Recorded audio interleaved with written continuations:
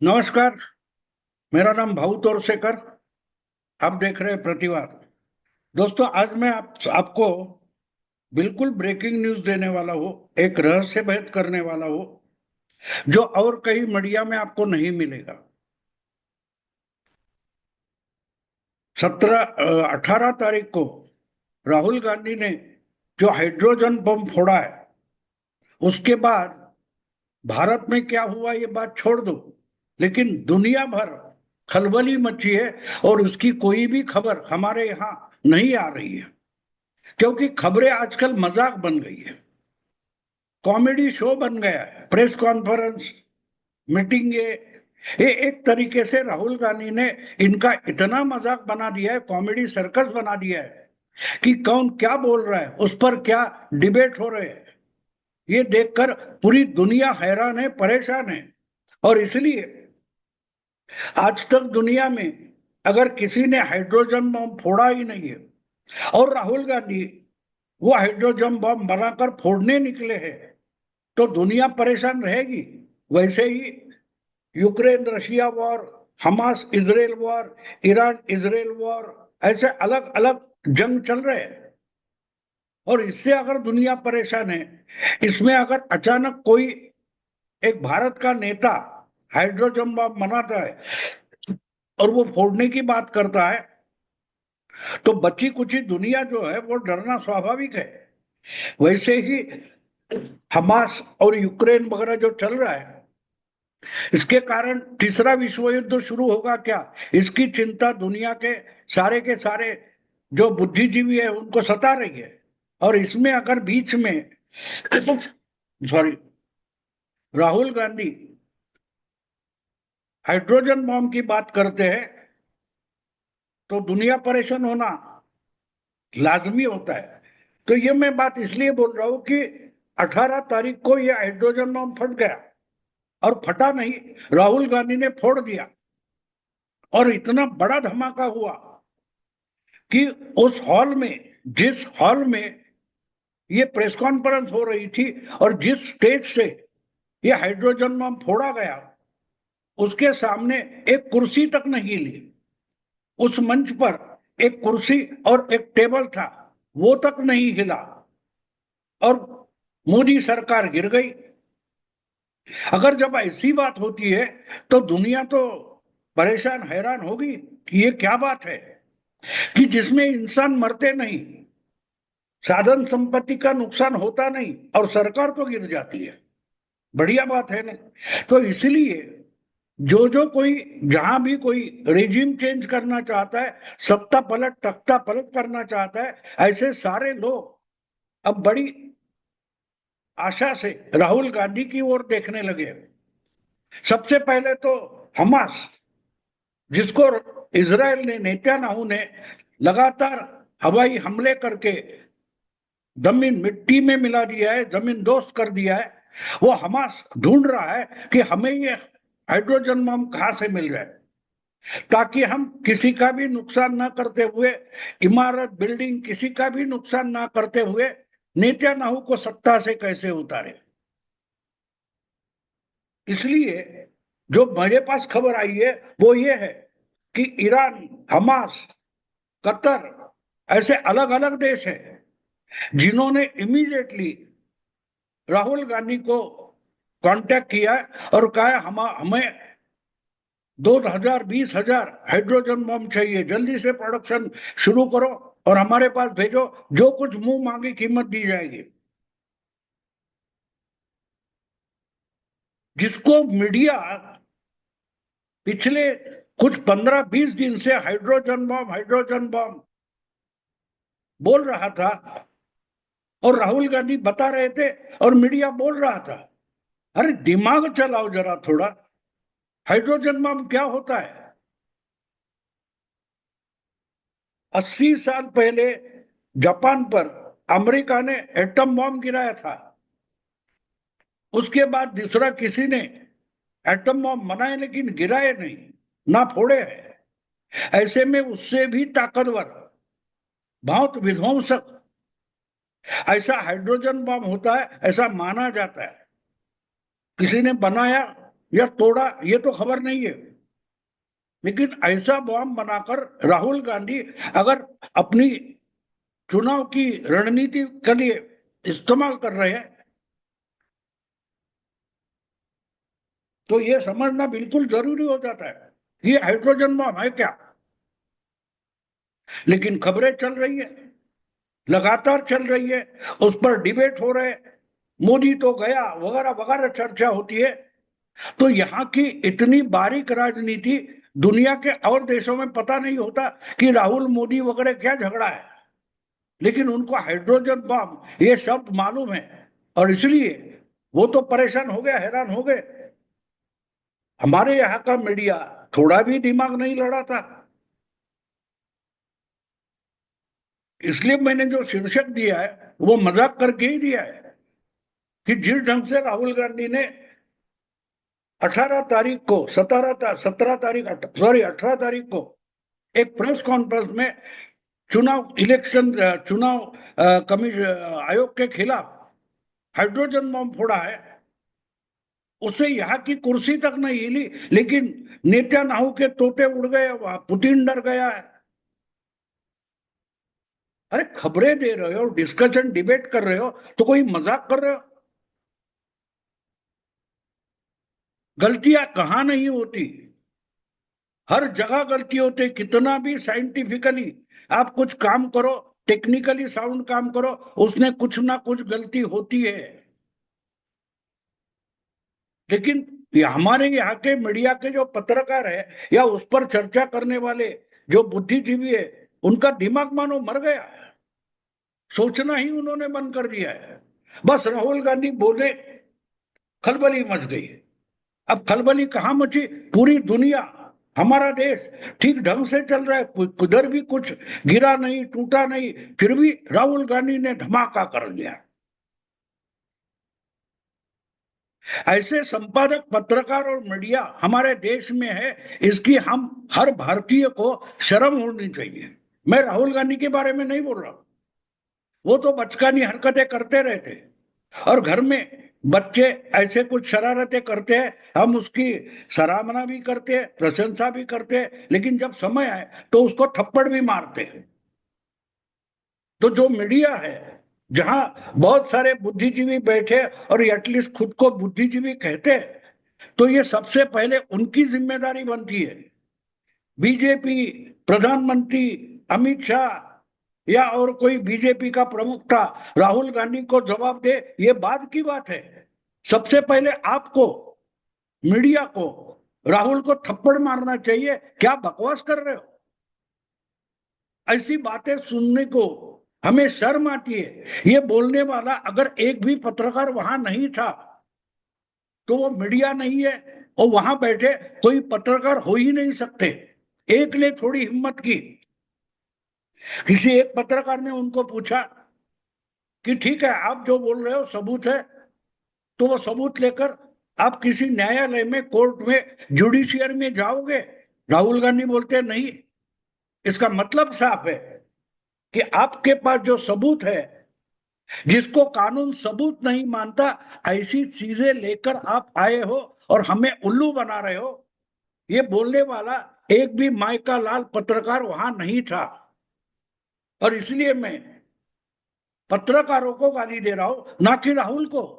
राहुल तो बच्चा है, वो तो ऐसी हरकतें करेंगे, उम्र 55 की हो गई, लेकिन अगर दिमाग 5 साल के, 6-7 साल के बच्चे का है तो ऐसी हरकतें करेंगे, इसमें क्या नई बात है।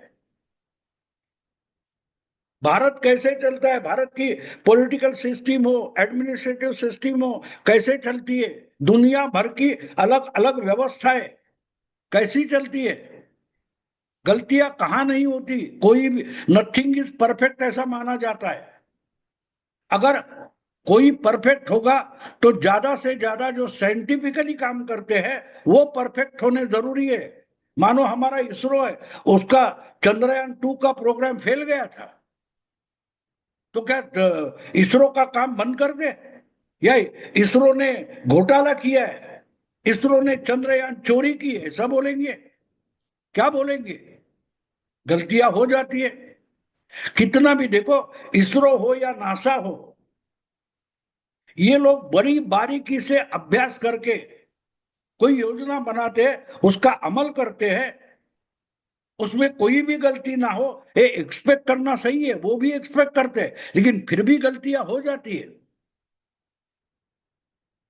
अगर एक एक चंद्रयान या एक कोई बड़ा स्काईलैब जैसा प्रोग्राम होता है, उसमें अगर इतनी गलतियां हो सकती है कि कल्पना चावला का एक्सीडेंट हो गया, बहुत सारे उसके साथी थे उनके साथ, उनकी बॉडी तक नहीं मिली, सुनीता विलियम्स अटक गई कुछ महीनों के लिए, तो क्या नासा अपना प्रोग्राम बंद कर दे?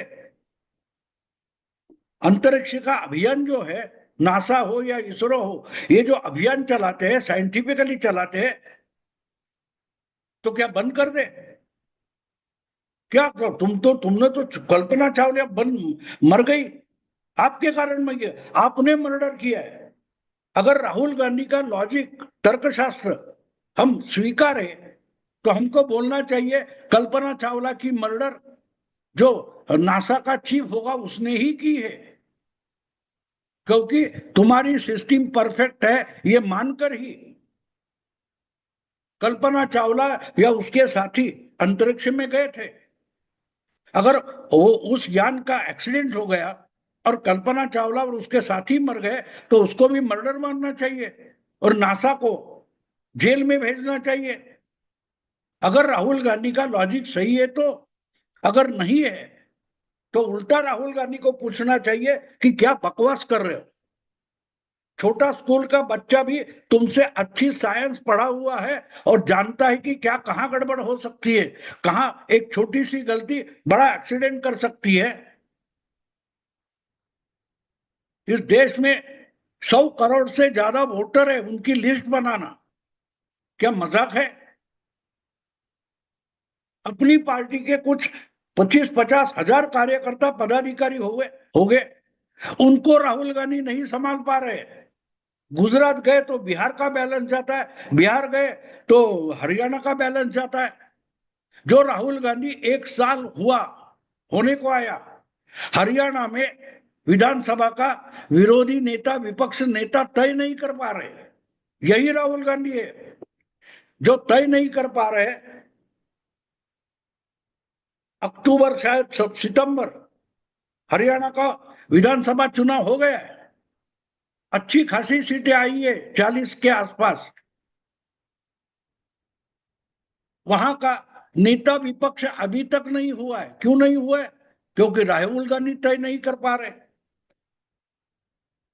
और ये राहुल गांधी अगर हमें बोलते कि चुनाव आयोग का प्रमुख है वही तो चोर है, वो चोरी कर रहा है, बीजेपी के लिए कर रहा है, अरे बाकी बात छोड़ दो, अपनी पार्टी चला के दिखाओ।